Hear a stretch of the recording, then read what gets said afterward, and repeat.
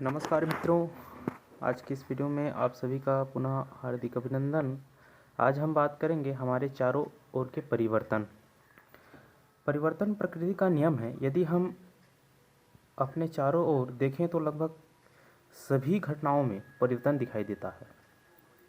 उदाहरण के लिए सुबह से शाम तक के तापमान में परिवर्तन का होना, दिन और रात का होना, गीले कपड़ों का सूखना, पौधों का बढ़ना, लोहे की वस्तुओं में जंग लगना आदि। हम इन परिवर्तनों के इतने अभ्यस्त हो चुके हैं कि इनकी ओर प्रायः हमारा ध्यान ही नहीं जाता। ये परिवर्तन है। आइए बात करते हैं कुछ परिवर्तन के प्रकारों के बारे में। तो पहला देखते हैं मंद परिवर्तन। ऐसे परिवर्तन जिन्हें पूर्ण होने में अधिक समय लगता है, उन्हें मंद परिवर्तन कहते हैं। उदाहरण की बात करें तो लोहे के बुरादे में जंग लगना मंद परिवर्तन का एक अच्छा उदाहरण है। ठीक है,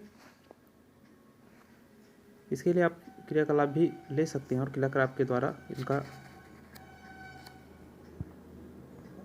उपयोग कर सकते हैं, है ना। आगे बात करते हैं तीव्र परिवर्तन का। तो तीव्र परिवर्तन, माचिस का जलना। आप माचिस को जलाएंगे तो तुरंत जल जाता है, ठीक है ना, ये उसका उदाहरण है। और इसका परिभाषा देखें, ऐसे परिवर्तन जो बहुत कम समय में पूर्ण होती है उन्हें तीव्र परिवर्तन कहते हैं। ठीक है, जैसे मैंने एक उदाहरण बताया, माचिस की तीली का जो जलना है एक तीव्र परिवर्तन का उदाहरण है। और हम दीपावली या किसी जलसा में पटाखे का फोड़ने का काम करते हैं तो पटाखे का फटना भी एक तीव्र परिवर्तन है। अगला परिवर्तन देखते हैं उत्क्रमणीय परिवर्तन। जिस परिवर्तन का विपरीत दिशा में परिवर्तन संभव हो वह उत्क्रमणीय परिवर्तन कहलाता है। ठीक ना। और ये परिवर्तन जो है स्थायी होते हैं, अस्थायी होते हैं। ठीक है, तो अस्थायी मतलब उदाहरण के लिए देखें तो पानी को गर्म करने पर भाप में बदलता है, पुनः हम यदि भाप को ठंडा करें तो पानी में बदल जाता है। अर्थात ये दोनों ओर संभव है, दोनों दिशाओं में, इसलिए इसे उत्क्रमणीय परिवर्तन कहते हैं। ठीक है, और भी इसके कई उदाहरण हैं, तो आप उदाहरण इसके और कई भी देख सकते हैं। थोड़ा पानी इसके लिए प्रयोग भी कर सकते हैं उत्क्रमणीय परिवर्तन के लिए। अगला देखते हैं अनुत्क्रमणीय परिवर्तन। जिस परिवर्तन का विपरीत दिशा में परिवर्तन संभव ना हो वह अनुत्क्रमणीय परिवर्तन कहलाता है। अनुत्क्रमणीय परिवर्तन सामान्यतः स्थायी होते हैं। ठीक है ना। तो उदाहरण के लिए कागज से बने जो धुएं तथा राख से पुनः कागज प्राप्त नहीं किया जा सकता। इसी प्रकार पके हुए भोजन को पुनः कच्चे अनाज में नहीं बदला जा सकता। ठीक है ना, ये अनुत्क्रमणीय है क्योंकि दोनों दिशा में नहीं होता है। ठीक है, और स्थायी तौर से होते हैं। अगला जो उदाहरण है वह है आवर्ती परिवर्तन। ऐसे परिवर्तन जो एक निश्चित समय के बाद पुनः दोहराए जाते हैं आवर्ती परिवर्तन कहलाता है। ठीक है ना। आगे हम बात करें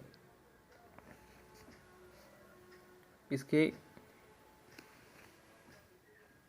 उदाहरणों की,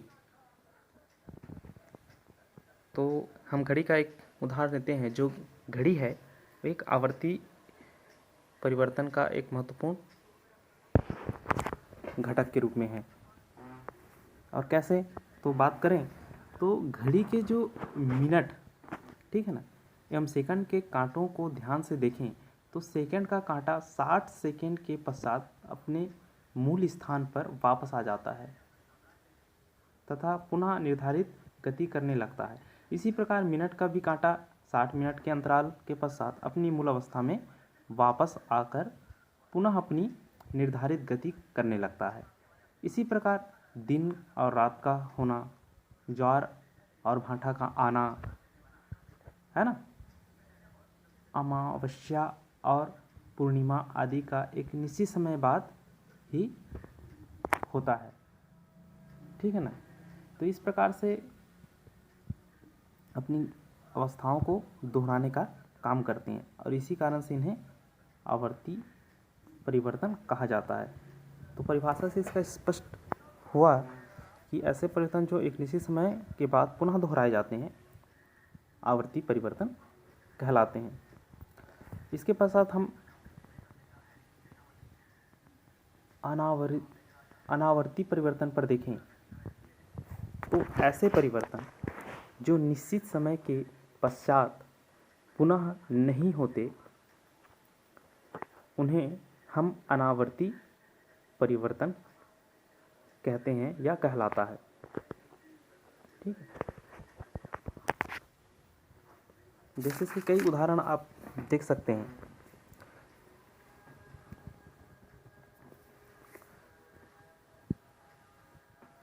छिकना, ये छिकना भी एक बात करें तो अनावर्ती परिवर्तन के अंतर्गत है, क्योंकि हम उसका भविष्यवाणी नहीं कर सकते।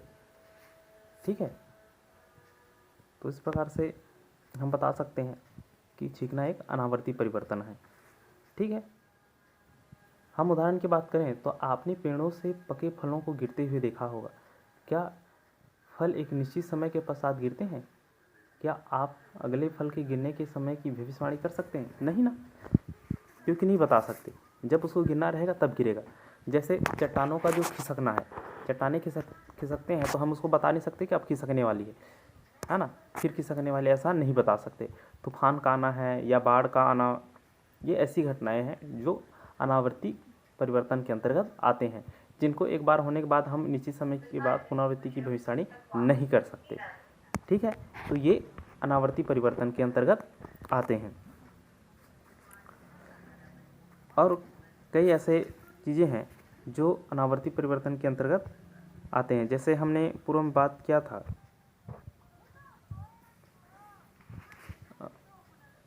आवर्ती परिवर्तन, तो आवर्ती परिवर्तन सूर्य का उदय होना भी थोड़ा निश्चित होता है, ऋतु का परिवर्तन होना ये भी निश्चित होता है, दिन का रात होना ये निश्चित होता है, समुद्र में जो ज्वार भाटा आते हैं ये भी निश्चित होता है। लेकिन रेल की जो दुर्घटनाएं हैं वो निश्चित नहीं होता है, वो समय के साथ नहीं होता, क्योंकि उसका हम भविष्यवाणी नहीं कर सकते, कभी भी हो सकती है। तो ऐसे जो परिवर्तन होते हैं उनको अनावर्ती परिवर्तन के श्रेणी में रखा जाता है। ठीक है,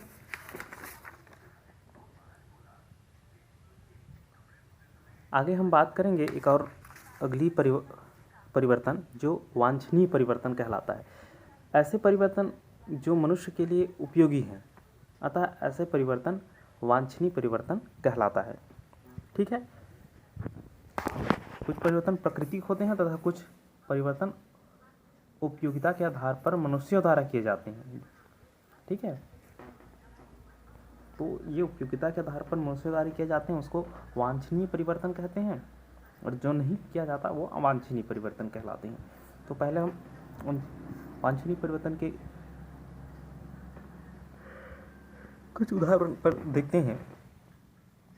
ठीक है, उदाहरण की बात करें तो दूध से दही का बनना वांछनीय परिवर्तन, भोजन का पकना, ठीक है, गोबर से खाद का बनना, फलदार पौधे की वृद्धि एवं फूलों का खिलना आदि, ये सब परिवर्तन हमारे लिए उपयोगी हैं। ठीक है ना, तो ये उपयोगी जो परिवर्तन होते हैं ये वांछनीय परिवर्तन की श्रेणी में रखे जाते हैं।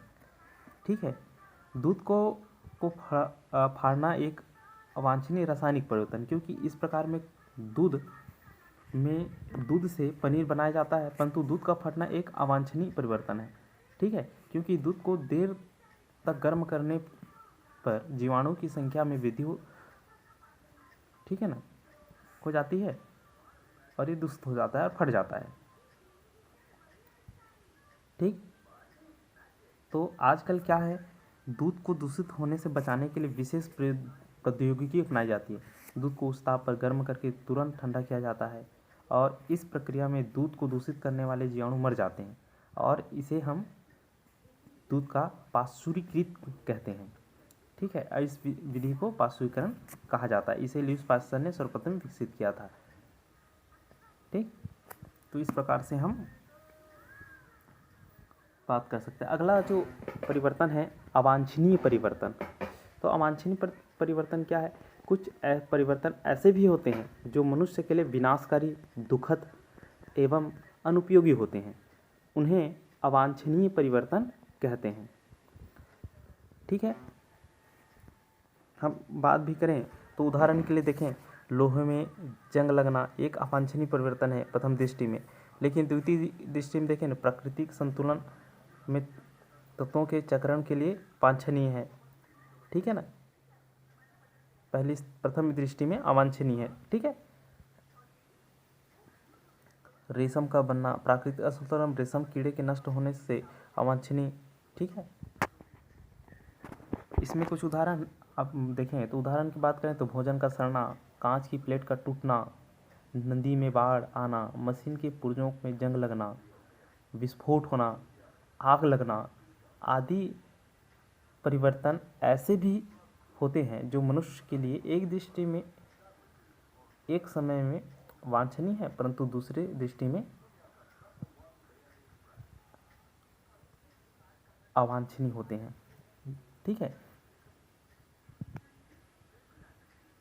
तो हमने पूर्व में बात किया था अवांछनीय के उदाहरण के लिए कि दूध का जो फटना है एक अवांछनीय परिवर्तन की श्रेणी में रखा जाता है, क्योंकि दूध दूषित होने से अब की स्थिति में नई प्रौद्योगिकी अपनाई जाती है, दूध को गर्म करके तुरंत ठंडा की जाती है, इसको पाश्चुरीकृत कहते हैं और इस क्रिया को पाश्चुरीकरण कहते हैं। ठीक है, तो इस प्रकार इनके कई और भी उदाहरण आप देख सकते हैं, जैसे वर्षा का होना है। ठीक है ना, ये हमारे लिए वांछनीय परिवर्तन की श्रेणी में आता है। ठीक, आइए हम थोड़ा एक सारणी पर विचार करते हैं और उस सारणी में देखते हैं कि अवांछनीय परिवर्तन एक दृष्टि में तो है परंतु दूसरी दृष्टि में वांछनीय है। प्रथम दृष्टि में वांछनीय है तो दूसरी दृष्टि में अवांछनीय है। तो आइए हम श्रेणी की बात करते हैं।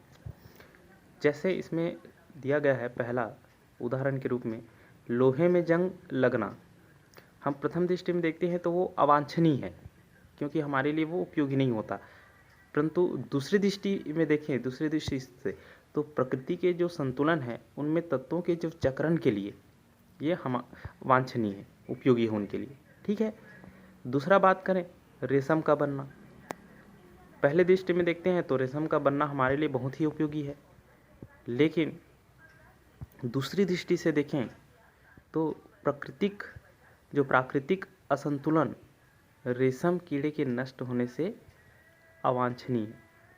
ठीक है ना,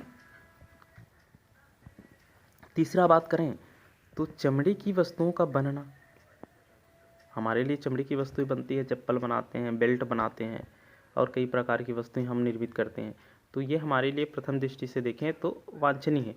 लेकिन दूसरी दृष्टि से देखें तो जानवरों के जो चर्म होते हैं, छाल होते हैं, उनसे प्राप्त करते हैं हम, तो इनसे जानवरों की मृत्यु हो जाती है और ये जानवरों की मृत्यु हमारे प्राकृतिक असंतुलन का बहुत बड़ा कारण होता है, इसलिए यह अवांछनीय है। ठीक है, चौथा बात करें तो प्लास्टिक की वस्तुओं का बनना। ठीक है, तो प्लास्टिक की वस्तुओं का बनना हमारे लिए बहुत उपयोगी पहले दृष्टिकोण से देखते हैं। ठीक है ना, हल्की एवं गुणों में उपयोगी होने के कारण वांछनीय है और हमारे लिए बहुत फायदेमंद। प्लास्टिक का अपघटन नहीं होता, इस कारण ये अवांछनीय है। पांचवा है नदी में बाढ़ आना, जनधन की हानि होती है, अवांछनीय है, लेकिन भूमि के लिए वांछनीय। आइए भौतिक परिवर्तन की बात करते हैं। तो भौतिक परिवर्तन क्या है? ऐसे परिवर्तन जिसमें कोई नया पदार्थ नहीं बनता है, ये भौतिक परिवर्तन कहलाता है। ठीक है ना, बड़े चाक के टूटने पर उसके टुकड़ों की लंबाई में कमी हो जाती है, परंतु उनके रंग में रूप में कोई परिवर्तन नहीं होता। इन टुकड़ों का उपयोग हम बड़े चाक के समान कर सकते हैं। इस प्रकार चाक में श्याम पट पर लिखते समय भी चाक के छोटे छोटे कण गिरते हैं। ठीक है, तो ये भौतिक परिवर्तन है, इसमें कोई नया पदार्थ नहीं बनता। उदाहरण के लिए देखिए तो कागज़ का फड़ना फाड़ोगे तो कागज़ ही रहेगा, नमक का जल में घुलना तो नमकीन ही रहेगा, नौसादा का ऊर्ध्वपातन विधि नौसादर ही रहेगा। भौतिक परिवर्तन के एक उदाहरण है। ठीक है, और बात करें कि यदि उन्हें चाक का तो उन्हें उठाकर थोड़ा पानी मिलाकर सुखाएं तो उनका पुनः चाक के समान उपयोग किया जा सकता है। इस क्रिया में चाक के बाह्य रूप में परिवर्तन होता है किंतु नया पदार्थ नहीं बनता है। ये भौतिक परिवर्तन है। ठीक है, अब बात करते हैं भौतिक परिवर्तन की विशेषताओं की। ठीक है, तो भौतिक गुणों में परिवर्तन होता है जैसे रंग, आकार और अवस्था। ठीक है, लेकिन कोई नया पदार्थ नहीं बनता है। तीसरा देखें तो पदार्थ के लाक्षणिक गुण नहीं बदलते हैं। ठीक है ना। अब इसमें देखें तो हम जानते हैं कि यदि बर्फ़ को खुले वातावरण में रखते हैं तो वातावरण के ताप के से बर्फ़ पिघलकर जल में परिवर्तित हो जाता है। जब जल को गर्म करते हैं तो जल वाष्प में बदल जाता है। ठीक है ना, जल की अवस्था में परिवर्तन हुआ, कोई नया पदार्थ नहीं बनता। ये भौतिक परिवर्तन। आइए अगला जो परिवर्तन है उसके बारे में हम बात करें, रासायनिक परिवर्तन। ऐसे परिवर्तन जिसमें क्रिया के पश्चात नया पदार्थ बनते हैं, ये रासायनिक परिवर्तन कहलाते हैं। ठीक है, तो इसके का बहुत सारे उदाहरण भी हैं, जैसे लकड़ी के जलने पर राख का बनना। ठीक है ना। तो आइए थोड़ा सा क्रियाकलाप में देखें, इसकी बात करें तो एक शंक्वाकार फ्लास्क में 1 चम्मच कपड़े धोने का सोडा लेकर उसमें थोड़ा पानी मिलाइए। मिश्रण को तब तक हिलाइए जब तक पूरा सोडा पानी में ना घुल जाए। अब इस घोल में नींबू का रस डाल दीजिए और डालने के पश्चात आप देखेंगे उसमें बुलबुले के रूप में गैस के मिश्रण से बाहर निकलने लगती है। अब क्या करना है, एक जलती हुई माचिस की तीली या मोमबत्ती को फ्लास्क के जो मुंह है उस पर ले जाना है। ले जाने के पश्चात आप देखेंगे जो जलती हुई माचिस की तीली है या मोमबत्ती वो बुझ जाती है। और ऐसा क्यों होता है? क्योंकि बुलबुले के जो रूप में निकलने वाली जो गैस होती है वह कार्बन डाइऑक्साइड होती है और वो जलने में सहायक होती है। ठीक है, तो इस प्रकार से भी हम इसका क्रियाकलाप करके रासायनिक परिवर्तन को समझ सकते हैं। जैसे हमने पूर्व में बात किया था लोहे में जंग लगना। ठीक है, भोजन का पाचन। ठीक, तो ये दूध से दही का बनना, राख का बनना, ये रासायनिक परिवर्तन के अंतर्गत आते हैं। साथ ही हम बात करें तो इन सभी जो उदाहरण मैंने बताया, ये क्रिया के पश्चात नए बने पदार्थ के गुण क्रिया के पहले लिए गए पदार्थ से भिन्न होते हैं। ठीक है ना। जैसे लकड़ी लिया तो लकड़ी से क्या बना, राख बना।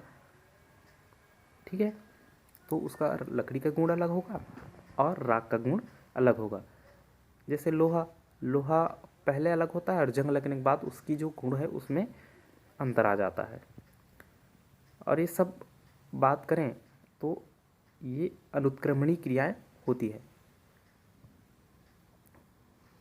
ठीक है, तो इस प्रकार से हम बता सकते हैं। और भी इसके बहुत सारे उदाहरण हैं, आप इस पहले भिन्न दिखाई देते हैं। और कपड़े धोने का सोडा, नींबू का रस, ठीक है ना, परस्पर क्रिया करके कार्बन डाइऑक्साइड अन्य पदार्थ उत्पन्न करते हैं। आइए बात करते हैं रासायनिक परिवर्तन की विशेषता के बारे में। विशेषताएं क्या क्या है? तो अभिकारकों के मध्य रासायनिक क्रिया होती है जो भाग लेते हैं। ठीक है, इसमें नए पदार्थ बनते हैं।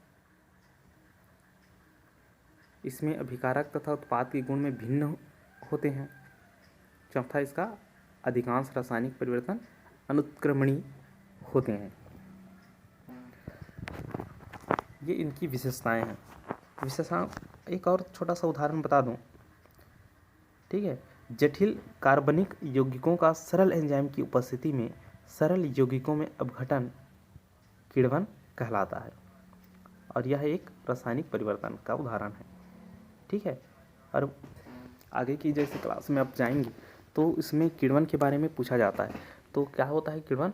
जटिल जो कार्बनिक पदार्थ होते हैं उनको एंजाइम की उपस्थिति में सरल कार्बनिक पदार्थ में अपघटित कर देना, ये किण्वन कहलाता है और एक रासायनिक परिवर्तन का महत्वपूर्ण उदाहरण में से एक है। ठीक है ना। और इसमें क्षारीय फिनाइलेप्थिलीन है, उनको बनाने के लिए फिनाइलेप्थिलीन का घोल थोड़ा सा कपड़ा धोने का सोडा डालिए और घोल जो है गुलाबी हो जाता है।